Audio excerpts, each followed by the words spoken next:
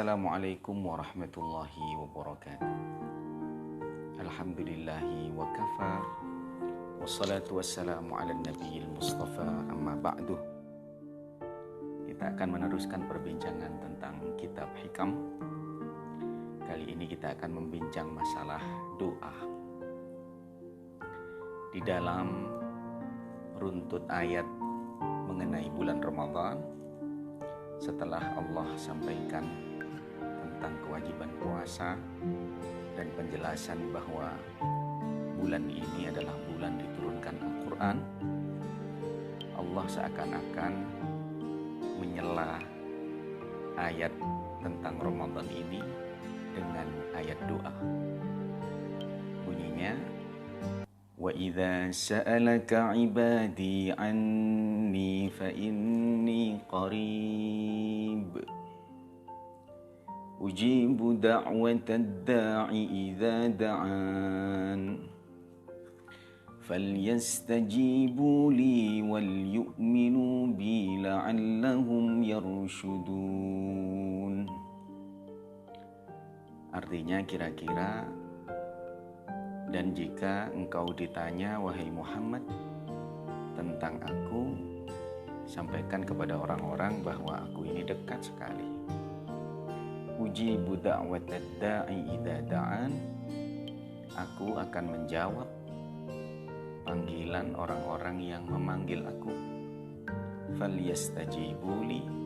Hendaklah orang-orang itu senantiasa meminta jawaban dari aku, istijabah, meminta respon dari aku, wal yu'minu bi, dan hendaklah mereka beriman, meyakini tentang aku, la'allahum yarshudun, agar mereka segera mendapat pengertian kedewasaan dalam berpikir. Sahabat-sahabat ma'asyiral muslimin, menarik sekali bahwa ayat tentang doa ini disisipkan di bulan Ramadan, tentang atau ayat-ayat tentang kemuliaan bulan Ramadan. Jangan-jangan memang bulan ini adalah bulan yang sangat, momentum yang sangat pas ya, untuk komunikasi antara hamba dengan Tuhannya. Dalam ayat sebelumnya Allah itu juga menyampaikan bahwa di bulan ini diturunkan Al-Quran, yang berarti Allah berbicara dengan umat Islam, berbicara dengan makhluknya di bulan ini. Seakan-akan mengabarkan bahwa di bulan inilah saatnya kita banyak doa. Bahwa ayat yang tadi saya baca diartikan bahwa setiap kali berdoa maka Tuhan akan mengabulkan. Jangan diartikan begitu. Menurut saya, istijabah bukan selalu bermakna pengabulan. Pengabulan dalam arti apa yang menjadi kemauan kita harus dituruti. Istijabah artinya adalah jawaban dari Allah Subhanahu wa ta'ala. Yang Allah janjikan adalah jawaban, bukan pengabulan. Sekali lagi, doa atau ayat tentang doa adalah janji dari Allah Subhanahu wa ta'ala bahwa setiap kali kita itu memohon, meminta kepada Allah, maka Allah akan menjawab. Pasti Allah akan menjawab, bukan pasti Allah akan mengabulkan. Dengan menerjemahkan seperti ini, kita tidak kemudian menjadi kecewa ketika doa-doa kita katakanlah tidak atau belum diijabahi oleh Allah Subhanahu wa ta'ala. Anda ujian ingin masuk jadi pegawai, tapi kemudian ketika hasil ujian itu keluar, Anda tidak lulus jadi pegawai. Anda tidak bisa mengatakan bahwa doa Anda dikabulkan. Tapi dengan menerjemahkan istijabah adalah jawaban dari Allah, Anda masih menyisakan ruang untuk selalu berbaik sangka kepada Allah Subhanahu wa ta'ala. Jawaban Allah tidak selalu harus sesuai dengan selera Anda. Di dalam hikam disebutkan bahwa la yakun ta'akhuru amadil ata ma'al ilhahi fid du'a mujiban liya'sik fahuwa dhamina lakal ijabah fima yakhtaruhu lak la fima takhtaruhu li nafsik wa fil waqti alladhi yurid la fil waqti alladhi turid.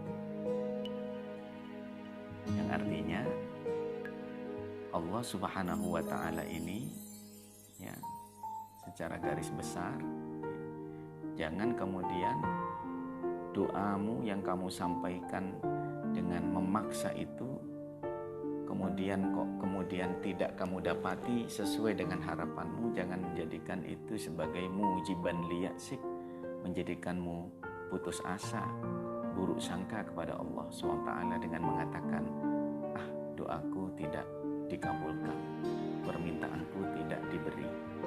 Jangan begitu. Fahuwa dhamina lakal ijabah, sebab Allah telah menjanjikan jawaban untukmu. Fima yakhtaruhu lak, dengan jawaban yang Ia pilihkan untukmu. Bukan seleramu ya, tapi seleranya Allah Subhanahu wa ta'ala. La fima takhtaruhu lak, bukan sesuai seleramu. Wa fil waqtil ladzi yurid, itu di waktu yang Dia kehendaki. La fil waqtil ladzi turid, bukan pada saat yang engkau kehendaki. Bisa jadi ketidaklulusan Anda jadi pegawai misalkan, atau Anda yang berdoa ingin dapat jodoh tapi tidak sampai juga jodohnya, ingin punya anak belum dikaruniai anak hingga waktu yang Anda inginkan. Bisa jadi memang demikian, karena yang dijanjikan Allah adalah jawaban menurut selera Allah Subhanahu wa ta'ala. Sahabat-sahabat, dalam hikam kita diajarkan untuk mengenal Allah dalam arti bahwa Allah Subhanahu wa ta'ala telah mengetahui apa yang terbaik bagi kita. Ada anak kecil yang menangis meminta coklat, meminta permen kepada orang tuanya, meronta-ronta, meraung-raung, menangis meminta permen. Orang tua tahu bahwa si anak ini giginya sudah habis karena gula-gula. Apakah kira-kira bijaksana bagi orang tua untuk mengabulkan permintaan si anak dengan diberi permen atau coklat? Tentu saja tidak. Orang tua kemudian melihat anak yang meronta-ronta minta permen, berkata kepada si anak, "Nak, jangan permen, kita beli biskuit aja, mainan ini saja ya." Akhirnya si anak diberikan mainan, bukan diberi permen. Saudara, pemberian mainan atau pemberian biskuit, apakah itu bentuk dari pengabulan dari permintaan si anak atau tidak? Bagaimana menurut Anda? Menurut saya, diberi biskuit adalah bentuk dari pengabulan Tuhan, meskipun itu bukan selera anak. Tapi sebab orang tua telah mengetahui apa yang terbaik bagi si anak. Banyak sekali doa-doa kita ini yang bisa jadi jika dikabulkan justru membahayakan. Terkadang doa kita tidak dikabulkan sesuai dengan selera kita. Sepertinya kita ditolak, permintaan kita tidak diberi. Namun sejatinya itu adalah pemberian. Bisa jadi Allah Subhanahu wa ta'ala kepada orang yang meminta jadi pegawai tadi tidak meluluskannya jadi pegawai, sebab Allah sudah tahu jika dia jadi pegawai akan celaka. Bisa jadi orang yang berdoa ingin menikah dengan seseorang yang ia cintai tidak dikabulkan oleh Allah, pernikahannya gagal, seakan-akan ini adalah penolakan, tapi sebenarnya di balik penolakan itu ada ilmu Allah, bahwa jika pernikahan itu diteruskan bisa jadi akan membahayakan.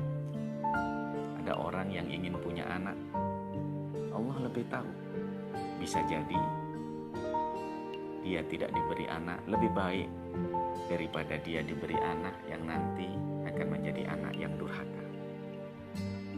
Saudara, teman-teman, berdoalah untuk mendapatkan respon dan jawaban dari Allah, bukan untuk memaksakan kehendak kita. Hubungan dengan Allah adalah hubungan akhlak, hubungan adab. Allah ingin kita menunjukkan kelemahan kita, kebutuhan kita kepadanya, bukan untuk mengguruinya tentang apa yang baik dan yang tidak baik untuk diri kita sendiri. Selamat meneruskan ibadah Ramadan. Taqabbalallahu minna wa minkum. Wassalamualaikum warahmatullahi wabarakatuh.